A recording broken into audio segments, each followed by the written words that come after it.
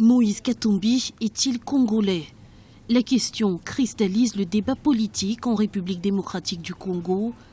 Et pour cause, le procureur général de la République a annoncé avoir ouvert une information judiciaire pour faux et usage de faux en rapport avec la nationalité de l'ancien gouverneur du Katanga, un revirement aux allures de complot politique, selon ses partisans.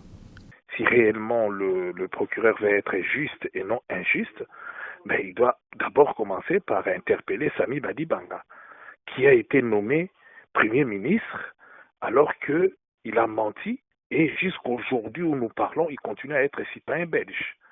Donc à ce moment-là, le procureur doit être conséquent et doit aussi poursuivre, entre autres, lui-même le président de la République, parce qu'il a nommé des étrangers en connaissance des causes, puisque même l'actuel ministre de la Santé est belge et il y en a plein. C'est un faux dossier d'ailleurs, eux-mêmes ils savent que c'est un faux dossier.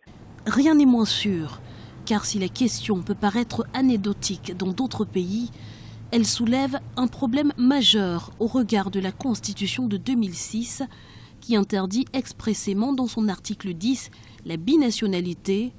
Pour la majorité, l'homme est de facto inéligible à la présidence de la République démocratique du Congo.